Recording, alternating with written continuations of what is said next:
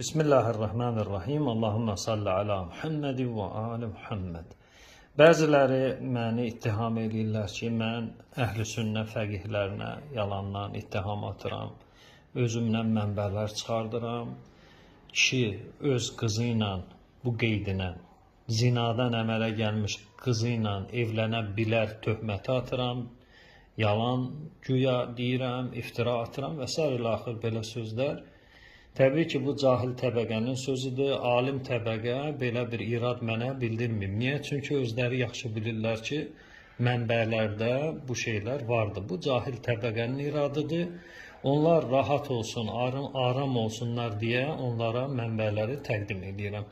Ki, kişi dünyaya gətirdiyi öz qızı ilə, sonra öz bacısı ilə, oğlunun qızı ilə, qızının qızı ilə, qardaşının qızı ilə, bacısının qızı ilə nikah edib evlənə bilər. Heç bir problemi və işğalı yoxdur.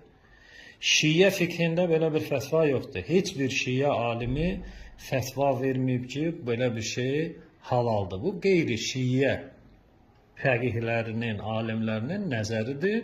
Mənbə qeyd eləyəcəm. Bu birinci mənbəmiz. Deməli, Əl-Muğni Həmbəli fikrində ən güclü fiqh kitablarından sayılır və məşhur fəqihin İbn Qudamənin əsəridir. 9-cu cilddə və kitab Səudiyyədə çap olub. Səhifə 529. Səhifə 529. Gəlirik bu hissə. Faslun. Deməli, İbn Qudamə buyurur. Faslun. Yəhrumu alə'r-rəcul nikah bintihi minəz-zina. Deməli, kişiyə zinadan əmələ gətirdiyi bint, qızı ilə evlənmək haramdır. Və uxtihi, zinadan əmələ gəlmiş bacısı ilə evlənmək haramdır. Və bint ibnihi, oğlunun zinadan əmələ gətirdiyi qızı ilə evlənmək haramdır. Yəni, oğul nəvəsi qızdırsa, zinadan əmələ gəlibsə, haramdır. Və bint bintihi, qız nəvəsi zinadan əmələ gəlibsə, evlənməsi haramdır. Və bint əxihi, qardaşı zinadan dünyaya qız gətiribsə, onu ilə də evlənmək haramdır. Baxmayaraq zinadan əmələ gəlib. Və uxtihi minəz-zina və uxtihi və bint uxtihi minəz-zina. Deməli, bacısı zinadan dünyaya qız gətiribsə, onu ilə də evlənmək nədir? Haramdır. Bu, İbn Qudamə Həmbəlinin gətirdiyi bir kəlmədir. Və huvə qavl ammətil fuqaha. Bu, fəqihlərin əksəriyyətinin rəyidir. İndi bu əksəriyyət fəqihlərdən çox önəmli məzhəb rəisləri olan Malik, İmam Malik və Şafii buyurur. Deməli, qalə Malik və Şafii fil məşhuri min məzhəbihi. Deməli, Malik və Şafii öz məzhəbində məşhur olan fətvaya əsasən belə buyurmuşdular. Yəcuzu dalikə kulluhu. Deməli, kişiyə qızı, zinadan əmələ gəlmiş qızı, zinadan əmələ gəlmiş bacısı, zinadan əmələ gəlmiş oğlunun qızı, zinadan əmələ gəlmiş qızının qızı və zinadan əmələ gəlmiş qardaşı qızı, zinadan əmələ gəlmiş bacısı qızı hamısı halaldır kişiyə evlənməsi. Yəni bu sadaladığım qadınların hər biri Şafii və Malikin nəzərində şəxsə haram deyil, evlənə bilər və onun üçün halaldır, heç bir işğalı yoxdur. Deməli, təkrar edirəm mənbəni, Muğni İbn Qudamə, səhifə 529. Açıq, aşkar bir çeşintidə qeyd edirəm. Şəkk eləyən müraciət edə bilər.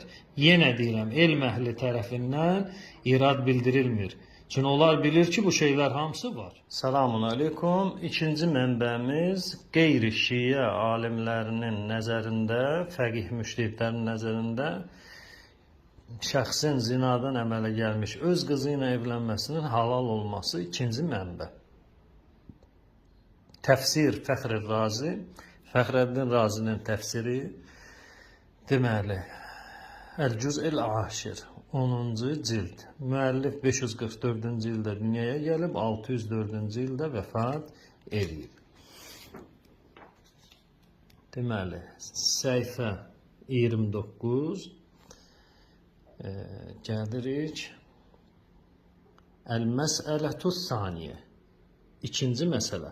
Qalə Şafii rahimehullah, Şafii rahimehullah buyurub: Əl-bint əl-məxluqə min ma'iz zina.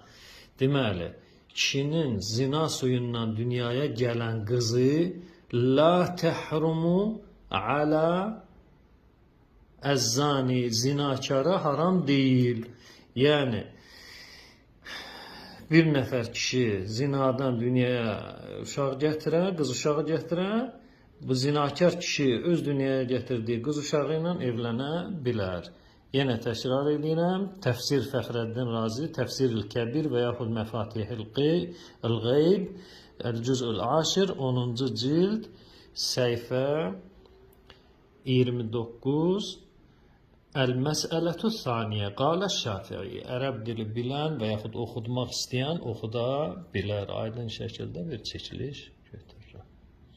Bu ikinci. Gəlirik üçüncü mənbəyə. Kişi dünyaya gətirdiyi zinadan əmələ gələn uşağı qızı ilə evlənə bilər ya? Yox. Deməli, üçüncü mənbəmiz Səhih Müslümün şərhi İmam Nəvəvi. İmam Nəvəvi kimdir? Deməli, əsl adı Yahya ibn Şərəf Ən-Nəvəvi, məqamları çoxdur. Şeyxülislam, Şeyxüş-Şafiiyyə, hətta Şafii fiqhində fəqihlər arasında şeyxeyn deyiləndə qeydsiz şeyxeyn, iki şeyx dedikdə birinci zehnə bu İmam Nəvəvi gəlir, sonra Əbülqasim Rafi'i adında birisi gəlir. Deməli, Abbasi dövlətinin sonuncu illərində yaşamış bir alimdir, qədim alimlərdəndir. Deməli, 631-ci ildə dünyaya gəlib, 676-da da dünyasını dəyişib. Şeyxüş Şafiiyyə, Şafiilərin şeyxi, imamı sayılır. Hətta Şafii fəqihləri İmam Nəvəvinin seçdiyi rəyin arxasıca gedərdilər. Belə bir uca məqamlı Şafii məzhəbli imamdır. Səhih Müslümə şərhi var, həmən o şərhdə Cüz'ül Aşir. Deməli, 10-cu cild, Cüz'ül Aşir, 10-cu cild.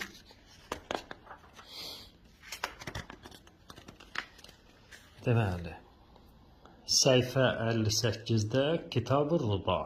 Rıda, yəni uşağı əmizdirmə babı.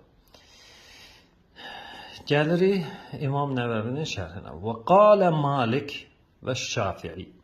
Malik və Şafii, bu iki fəqih buyurublar və Əbu Thawr və digər əhl-i sünnə fəqihi və qeyruhum və başqaları. Yəni, onların bir-bir siyahısını çıxartsaq, ondan artıq fəqihdir ki, icazə verirlər şəxs öz zinadan dünyaya gətirdiyi qız uşağı ilə evlənməyin halallığına.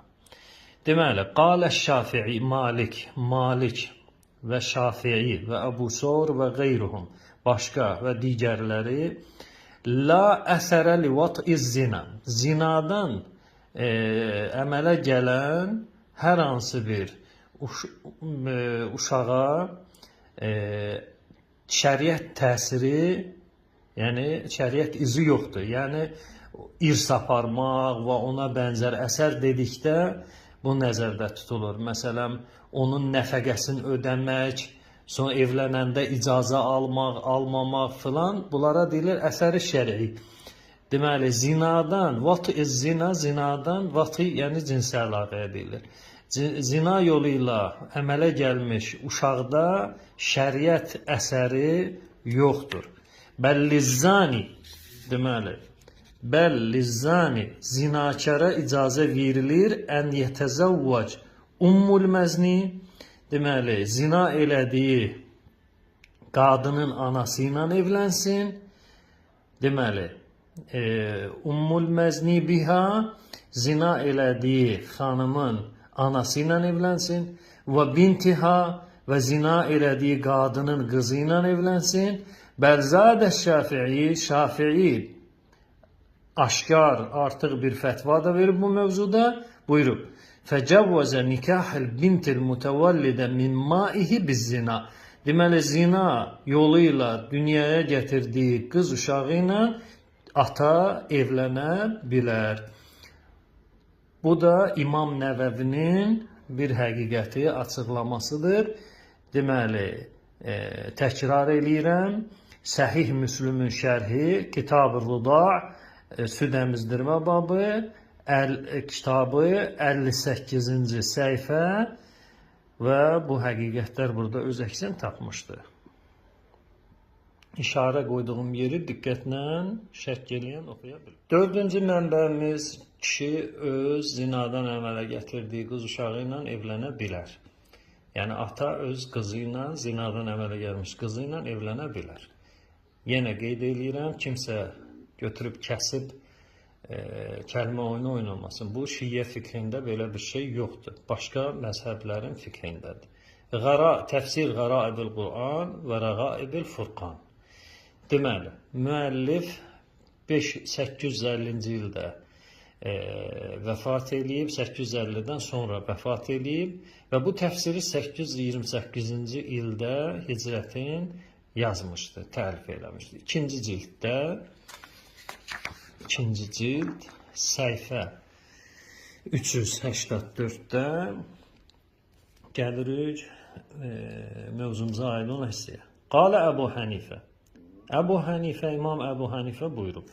Əl-bintul məxluqə min maiz zina təhrumu aləz-zani. Deməli, Əbu Hənifə buyurur ki, kim bir zinakar kişi dünyaya zinadan qız gətirərsə, onu ilə evlənməsi haramdır. Evlənə bilməz, haramdır. Və qalə Şafii, amma Şafii isə buyurub, la təhrum, haramlıq yoxdur, evlənə bilər. Ləənnəhə leysət bintən ləhu şərən. Çünki şəriət baxımından bu qız onun qızı sayılmır, evlənə bilər. Yenə təkrar eləyirəm, təfsir Qəraib-ül Quran və Rəqaib-ül Furqan. Deməli, Əllamə Nizamüddin Həsən ibn Muhammed ibn Hüseyin Ən-Nişaburinin təfsiridir. Qəraib-ül Quran adında səhifə 348 ikinci cilddə. Deməli, 5-ci mənbə Kəşşaful Qina' Anil İqna' deməli, Buhuti Əl-Həmbəli Əllamə Əş-Şeyx Mənsur ibn Yusuf el-Buhuti el-Həmbəli. Həmbəli məzhəbli, deməli Mənsur ibn Yunus Həmbəli məzhəbinin fəqihlərindən, müştəhidlərindən biridir. 1000-ci ildə hicrətin dünyaya gəlib, 1051-də isə vəfat edib. Deməli, Mücərrəd Rabi Əşar, deməli 14-cü cild, səhifə 60. Deməli, bu mənbədə də 5-ci mənbəmizdir. Bu 5-ci mənbədə də qeyd olunur ki, kişi öz dünyaya gətirdiyi qız uşağı ilə evlənə bilər, zinadan əvvəl dünyaya gəlibsə. Deməli, oxuyuram. Əv nəkəhə bintəhu minəz-zina. Deməli, zinadan əmələ gəlmiş qızı ilə cinsi əlaqədə olarsa fəaleyhil həd. Ona həd vurulmalıdır şəriət baxımından. Deməli, bu digər fəqihlərin nəzərində. Və huvə kavni şafiə əbahəhu. Deməli, amma Şafiinin nəzərində isə zinadan əmələ gəlmiş qızla cinsi əlaqədə olmaq halaldır, mübahdır və heç bir şəriət həddi də yoxdur. Yəni, kimsə götürüb onu cəzalandıra bilməz. Səhifə 60. Deməli, 6-cı mənbəmiz Subulüs-Səlam, Şərh Buluğul Məram. Deməli, Buluğul Məram İbn Həcər Əsqalaninin də Hafiz İbn Həcərin və ona da Şərh Subulüs-Səlam yazan müəllif İmam Əllamə Muhammed ibn İsmail Sən'ani. Deməli, 1182-ci ildə vəfat edib. Deməli, həmən bu kitabda 3-cü cilddə yenə qeyd olunur ki, kişi dünyaya gətirdiyi qız uşağı ilə, zinadan əmələ gəlmiş qız uşağı ilə evlənə bilər. Deməli, səhifə 575 müəllif buyurur. Deməli, la yəhul ən yətəzəvvəc bintəhu minəz-zina. Müəllif buyurur ki, şəxs zinadan belə dünyaya gəlsə, qızı ilə evlənə bilməz, halal deyil. İn kana laha hukmul əcnəbiyyə. Amma əcnəbi sayılır, onun məhrəmi sayılmır. Məhrəm sayılmaya. Əcnəbiddə, yəni evlənməsi halal olan qadınlara deyilir əcnəbiyyə. Əcnəbiyyə olsa da belə yenə də evlənə bilməz. İndi bu müəllifin rəyidir. Və qad i'tarada hada İbn Dəqiqil İd. Deməli, İbn Dəqiqil İd bu fətvaya etiraz edib və halal olduğunu bildirib. Yəni, haram deyil şəxsə dünyaya gətirdiyi qız uşağı ilə evlənmək. Halaldır. İbn Dəqiqil İd kimdir? Onun əsl adı Muhammed ibn Ali ibn Vəhəbil Quşeyridir. Hafizdir, fəqihdir, mühəddisdir, Şeyxülislamdır və onun məşhur tələbələrindən Əbu Hayyan el-Qırnatıdır. Misrin fəqihi olub, ikinci zamanəsində bir şəxsiyyət olmayıb.